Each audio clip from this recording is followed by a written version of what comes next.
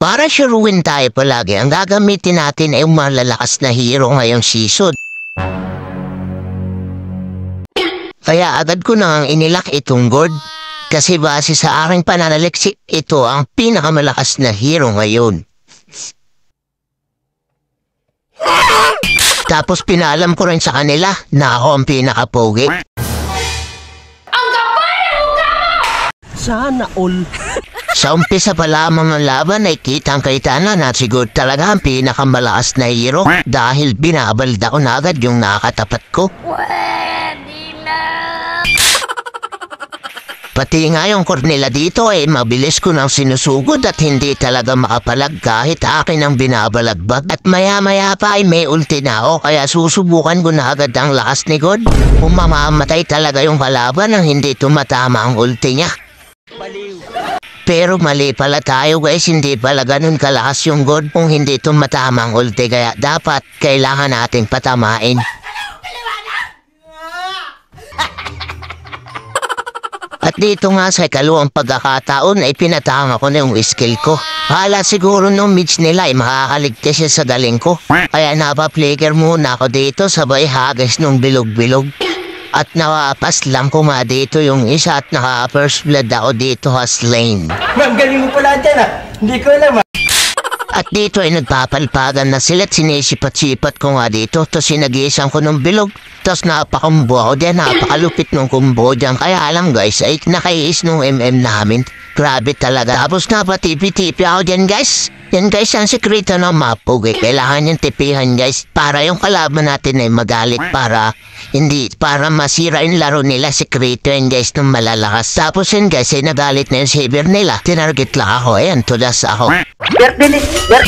Tapos itong si Jan nga pala ay gusto akong bash. Sabi niya ginagawa mo tas tawa-tawa pa. Napakapangit ang ugali mo. Kaya sa pagtato guys ay papakitaan ko sila ng pangmalupitan kung galawan guys. Nakaabang ako dyan. Kung malupit dyan ay hindi ako tinamaan ng hook ni Franco. Target lock. Ito ba panoorin niyo. Katamimi kayo ano.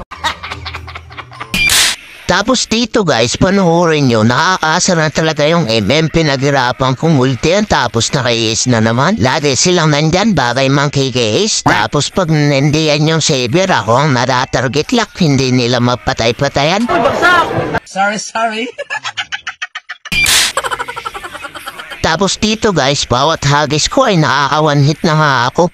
Yun napatay ko diyan yung savior, nagbakabawi na ako din guys. Tapos nakapag-load na yan guys, halan naman yung talingin ng gatot sa akin para siyang ulaga. Tapos dito guys, ay talagang nasintro na nga dito yung ng kalabang. Kala ko makukuha ko na, nakaiis na naman ng namin. Grabe talaga naman to yun, nakakasar na doon. Mabuti na lang, nandiyan yung savior at pinatay yung aming Grabe talaga, maraming salamat sa iyo, Saber. Napaka-ult na nakabawi din ako sa kaulagan niya na nakakasura na yan. Gago!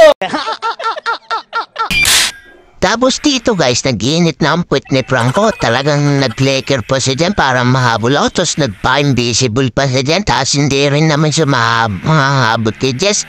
Pinagmotor ko siya dyan guys. Tapos sinultihan ko yung patay siya guys dyan.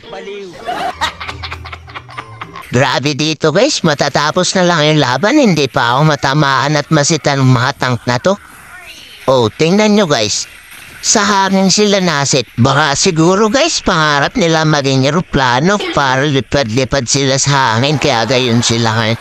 Yung pinalo-palo guys niyan, tapos sinahabol nila si Sisi. Hindi ko yan tinutulungan kakampi ko kasi kikiisin lang nila yung kill. Kaya pag wala yung mga kakampi ko, saka ako susugod dito sa kalaban. Tingnan nyo guys, mag-isa lang ako diyan.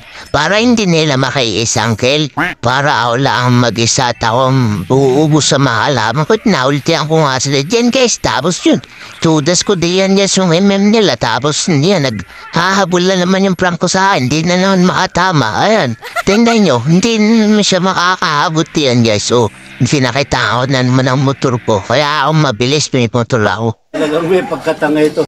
Gago! Tamo dito guys, sa mga galawan ng mga kakampi ko, kapag kasama ko guys, tingnan nyo mga critical dyan o ko, na pag-uubos na sana dyan, hindi ko pa guys dyan nakakail sila.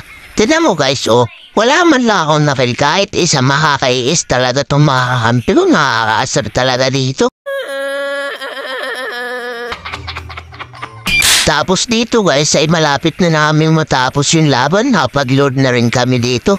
Tapos nabigyan ko pa yung Xavier, di talaga siya uubra dito. Bago matapos ang laban ay may babatiin ko muna mga kaiis na kakampi ko. Sa inyo, mga tanga!